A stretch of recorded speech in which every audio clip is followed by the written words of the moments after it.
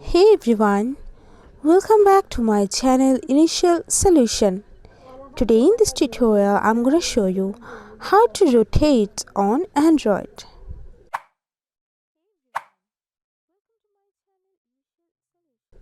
So there is two ways to rotate Android phone. So first of all we have to go for here auto rotate, you can see.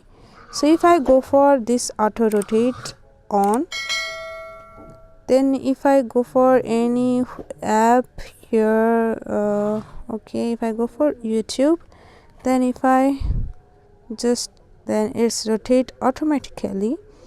Otherwise, just if I go for turn off it and go for any video and just rotate your mobile, then you can see here is an icon. If I click on it, then it's rotated. So yeah, in these two ways you can rotate your mobile or Android like this. Hope this video helped you. If it did, then please like, comment and share. Subscribe to our channel and don't forget to hit the bell icon for more videos. Thank you. This video is sponsored by Zerosoft. Zerosoft offers graphic design, UI UX design, digital marketing, and web development.